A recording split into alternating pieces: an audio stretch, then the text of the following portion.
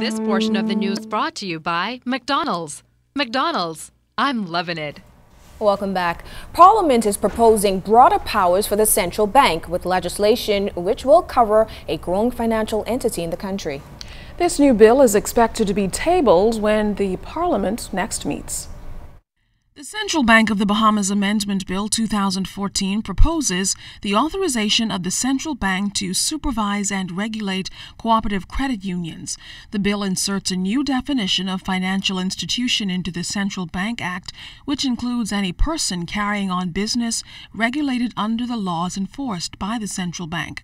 Specific reference to entities currently regulated by the central bank have been subsumed in the newly defined term financial institution.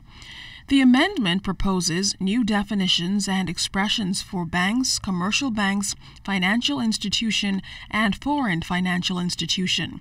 The replacement of the bank's duty with a broader duty to regulate and supervise financial institutions which are subject to the laws enforced by the central bank. An amendment of Section 35 of the Act. The revision of and streamlining of provisions regulating the bank's disclosure of confidential information and the use of the term financial institution to refer to several categories. BTC is promoting Upgrade Bahamas, and company officials mean what they say. More than $65 million has been secured to enhance BTC's mobile, broadband, and fixed-line network. BTC CEO Leon Williams says this upgrade is crucial to preparation for future competition. The target for CNW in its network is that the drop call should be less than 1%. For the ITU, it should be less than 1.8%. We have moved BTC's network from being second to last, number 14 out of 15 networks, to now number 10 in the Caribbean. We have moved. So we have to be able to get the network fixed in terms of resiliency, in terms of capacity, in terms of coverage. Those are the things that we're working on. Now, Williams also notes that BTC must maintain its cellular phone availability, as the latest phones have features which usually cater to the younger generation. People of my generation, people ask, they go and they surf the internet. This generation of Generation Y, Z, now don't surf the internet. They're looking for WhatsApp, for an app. So they don't have time to go put in http:// to look for ZNS, the Broadcasting Corporation. They want an app on their phone that they just push a simple button and ZNS comes up live. Free National Movement officials spent roughly 2 hours on the premises of the Bahamas Agriculture and Marine Sciences Institute on Sunday. However, there was just one problem with the visit. Agriculture Minister V. Alfred Gray says they had no authorization to be there. Instead of walking through the main gates, the group reportedly took other means to access the property. He called a press conference today to set the record straight. Jimmy Swain picks with the story from there. I do not like it at all. And the leader of the opposition ought to, by his office, know better. Minister V. Alfred Gray told members of the media why he was not happy with a visit to the Bahamas Agriculture and Marine Science Institute by the opposition leader on Sunday. He and a band of followers invited some members of the press to join him in a visit to BAMSI. That's not a bad thing. That's a good thing. Where I think he went wrong is when he sought to go onto the facility or into the facility without proper authorization. Minister Gray said he had no issue with the F&M wanting to visit BAMSI. If he had just asked us to allow he and his people to see what's there, I would welcome the opportunity for him to do so. But it's got to be done in decency and in order and in accordance with the protocol. Minister Gray said the protocol is to get permission from officials at BAMSI, such as the president or himself, who were available. But he said no one can just show up there. We just had a fire there. And we had tightened or heightened the security of the place, more so because of the fire. The security had no knowledge of him coming. And they did the right thing. BAMSI President Godfrey Eneas said another issue is biosecurity. We've been lax in this country in biosafety measures, but we will not be lax at the Institute. Minister Gray said he has not spoken to Dr. Minnis. I'm looking forward to talking to him about this and addressing the nation about it. Minister Gray says he has no issues with opposition officials visiting BAMSI once they have the correct authorization.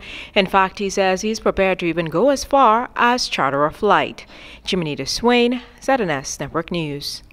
Now, we did reach out to the Free National Movement for a response while avoiding the question of the unauthorized entry to the compound. Party Chairman Senator Michael Pintard said the Minister of Agriculture and Marine Resources and his colleagues have more important questions they should be answering as it relates to BAMSI. ZNS News will continue to follow these developments.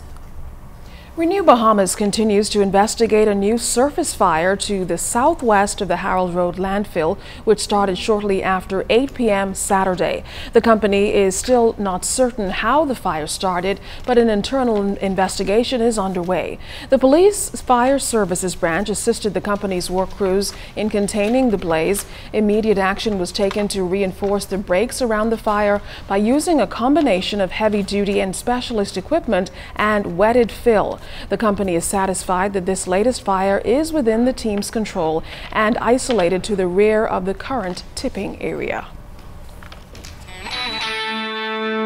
This portion of the news was brought to you by McDonald's. McDonald's, I'm loving it.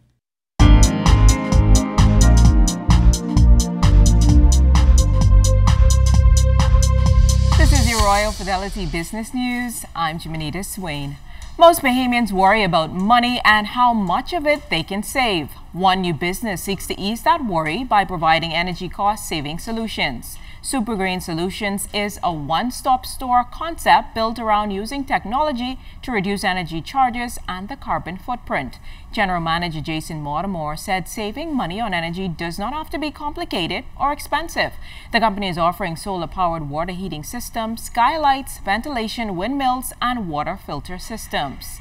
In other business news, travel agents from Newark, New Jersey and Philadelphia braved the recent chilly temperatures in those northern cities to hear all about the sun, fun, excitement and adventures the Bahamas and Grand Bahama in particular have to offer.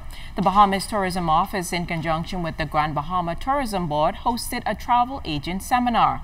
The agents were updated on Vacation Express Grand Bahama 2015 summer program, which offers direct and non-stop round-trip airfare, 4-night accommodations, airport transfers, and in some instances, all-inclusive packages. This is the second year that Vacation Express is offering a Grand Bahama summer program to 8 cities across the U.S.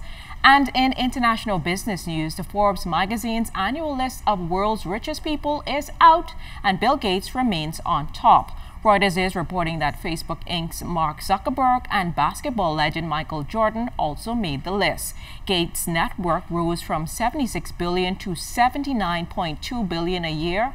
Forbes said this makes the 16th time the Microsoft co-founder topped the list in the last 21 years.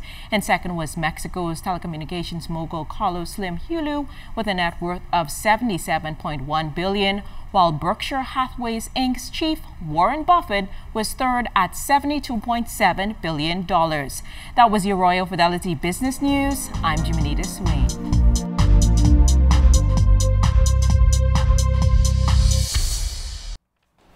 Hundreds of prospective college students from various high schools on the island attended the Bahamas Spring College Fair this weekend.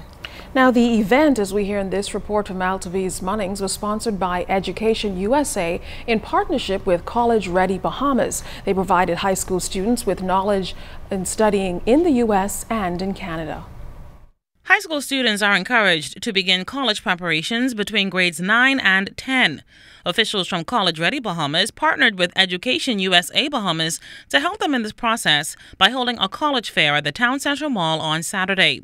Students spoke with officials from U.S.-based Emporia State, Fort Valley State, Fort Hays, and Troy universities, as well as California State University at Fullerton and our very own College of the Bahamas. We are really thrilled and we're excited about the possibility of signing a memorandum of understanding with the College of Bahamas so that it can be even easier for students to transfer. But right now we will accept students who have had even less than 30 hours of credit already at the College of the Bahamas, and we're welcoming those students to Fort Valley State University to continue their studies. We want students that are going to be a good fit extracurricularly at our institution as well as academically, and if they are, the scholarship is $10,000 per year. After visiting all of the college booths, Alfred Sweeting hopes to attend Fort Hays University. I plan to go into biology. I do not know exactly what as yet. They have a really broad program. They're a science-based university, so that means that all of their degrees that they're going to give out are science related. So a lot of these schools are under $35,000. We even have a school here today that's $18,000, everything included. And that's amazing to know that you're a part of a state system that is accredited, that is providing good quality education, and that is available. Co-proprietor of College Ready Bahamas, Carla Turnquest, believes a prospective student needs to be well-rounded to obtain a tertiary education. We not just look at what academics is needed to prepare a student, but also what is needed socially, what makes the parents or the family comfortable with sending their kids abroad or preparing for college, whether that's local as well. Altaviz Mannings, ZNS Network News. Streets and yards across Harbor Island are much cleaner today thanks to efforts to encourage cleanliness across the island. Cleopatra Murphy has the details of a recent cleanup that resulted in the collection of mass amounts of trash. Harbor Island's local government is doing all it can to keep the island clean, green, and pristine. Chief Councillor Nora Albury led an island-wide cleanup initiative Saturday, starting from the island's clinic and library. Albury says contract workers, volunteers, and others were engaged to clean up debris. Also, what we have done, we have partnered with the police department where we have some of our young men that have been charged before the courts. Instead of sending them to prison, we give them community service to do. And it's working quite well, very well. Paulo Percenti Joseph assisted in the cleanup. He says he welcomed the opportunity. I just want to keep the island clean with the garbage and also with the people, because this is where I born and this is where I got from your baby. So and even though I want to stay out of trouble because I don't like prison. Residents were told to make household garbage available for collection. It was later taken to a drop-off point. Albury, speaking to the initiative, says because the island is a tourist destination, it is vital that residents keep it appealing. It is a very important environment, so we try to do our best with keeping it clean. Not only for the tourists, like you said, but for the local people also. We try to encourage them to keep their surroundings clean. Resident Leslie Thompson says he would like to see locals take more pride in their surroundings.